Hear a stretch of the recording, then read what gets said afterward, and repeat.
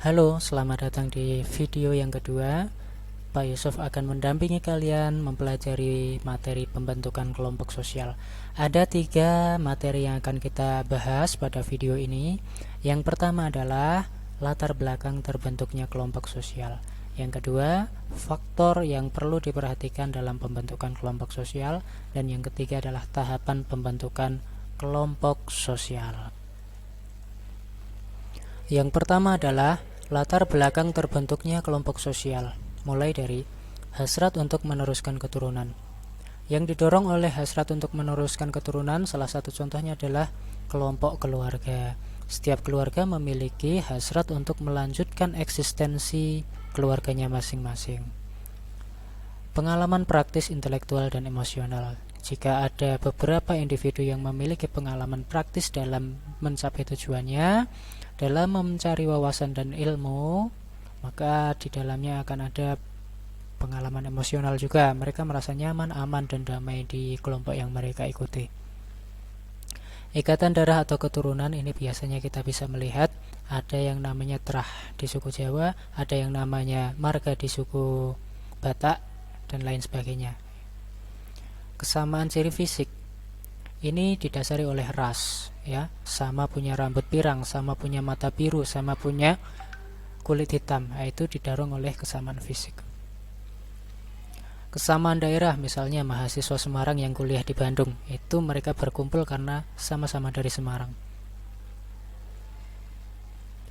Kesamaan kepentingan, ada kelompok yang namanya Snack dan Panzer, itu punya kepentingan untuk mendukung PSIS Semarang. Keinginan untuk meningkatkan efisiensi dan efektivitas, maksudnya di kantor itu contohnya ada manajer, ada admin, dan lain sebagainya, agar efektif kerjanya gitu. Dorongan untuk bertahan hidup, ini kelompok-kelompok yang bersaing secara ketat, mereka menjalin solidaritas anggota dengan kuat. Jika anggotanya solid, maka kelompok tersebut akan memenangkan persaingan. Pembahasan yang kedua adalah faktor yang perlu diperhatikan dalam pembentukan kelompok sosial, mulai dari tujuan, persepsi, motivasi, interaksi, organisasi, dan independensi. Tujuan maksudnya adalah harapan-harapan yang ingin dicapai oleh beberapa individu yang terkumpul dalam kelompok. Kemudian persepsi itu kaitannya dengan sudut pandang, gitu ya.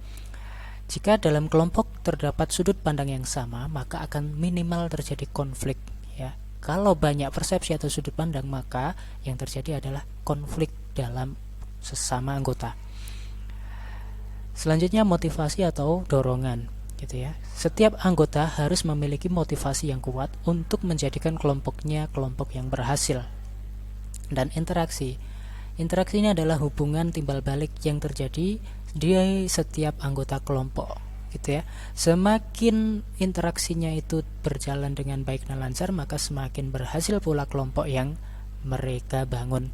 Organisasi maksudnya adalah pembagian dari tiap-tiap tugas kerja anggota kelompok.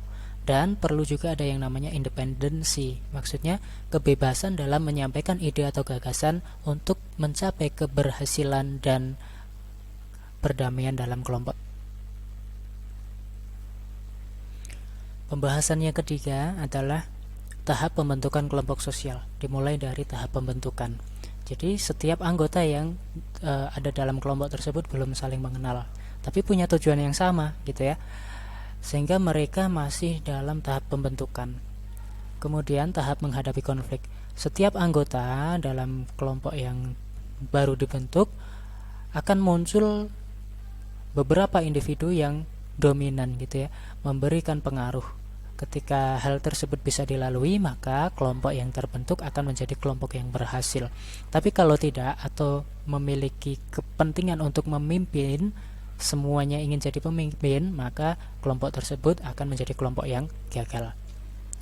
Tahap pembentukan struktur. Setelah mampu menghadapi tahap yang kedua, maka akan ada pembentukan struktur, mulai dari pemimpin, kemudian ada juga juru keuangan, juru tulis, dan lain sebagainya. Ini adalah tahap yang ketiga atau pembentukan struktur. Tahap yang keempat adalah produktivitas.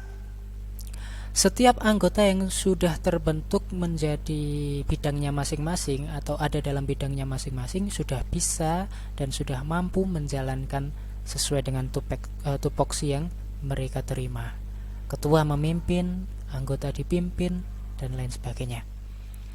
Yang kelima adalah pembubaran. Setelah kelompok tersebut berhasil dibangun, kemudian sudah mencapai tujuannya, maka sampailah pada tahap pembubaran. Dan tahap-tahap ini merupakan tahap pembentukan kelompok di masa modern seperti saat ini. Begitu ya anak-anak. Untuk pembahasan video kali ini cukup.